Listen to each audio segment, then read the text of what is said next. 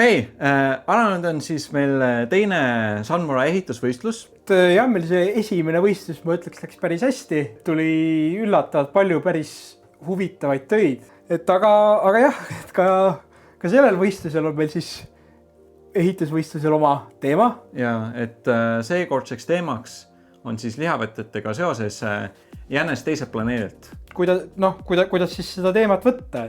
Ma ei tea, kas tuleb mingisugune UFO teema või... Mingi tulnukas või... Et laske oma kujutlusvõime vabaks, et ei ole valeid vastuseid või valeid selliseid ehitusi, et seda me tahamegi näha, võimalikult palju selliseid eriilmelisi töid. Aga jah, nagu ka eelmine kord, siis ka seekord on meil väiksed auhinnad. Auhinnafond on siis 50 €. Ehk siis 2x25, et kuna meil tuleb siis 2 võitjat. Ja ühe võitja me valime ise, et milline on meie lemmiktöö ühel või teisel põhjusel ja teise võitja siis valime rahvahääletuse käigus. Et siis tulevad jah, et võistlejad on seekord siis need, kes valivad nagu oma lemmiktöö.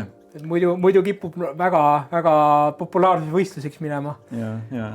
Muidugi see publiku hääletus loeb ka selles võtmes, et kui satub see, et tuleb viik kahe võistleja vahel, siis publiku hääletus on siis nagu see tiebreaker.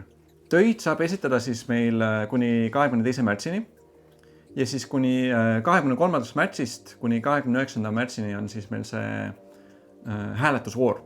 Ja pärast seda kuulutame võitjad välja kuskil sinna 3. aprilli paiku. Ja, et siis saab lihavõtete ajal vaadata, kes võitis ja millised hääled tulid. Jah, kes pani jänese kotti? Põhilise osa reeglitest leiab siis võistluse lehelt, aga toome siis ka paar asja välja, et võistluse töö peab olema sinu enda tehtud ja siis selle konkreetse võistluse jaoks. Ja et kasutada võib siis nii päris klotse kui ka klotsi nagu disaini tarkvarasid. Et mina ise soovitan seda Bricklink Studiot, et selle kohta meil see väike õpetus ka olemas, kuskil 3 videot, et võib need vabalt läbi vaadata ja sealt ka proovida midagi kokku panna. Enam ei ole midagi oodata, et mine siis meil mura.ee, võistlus ja esita oma võistlustöö. Tead, seal on päris lihtne võistluse vorm, et lihtsalt laed oma pildi oma tööst üles ja paned juurde oma nime ja meili aadressi ja siis juba osaledki võistlusel. Ja, näeme seal.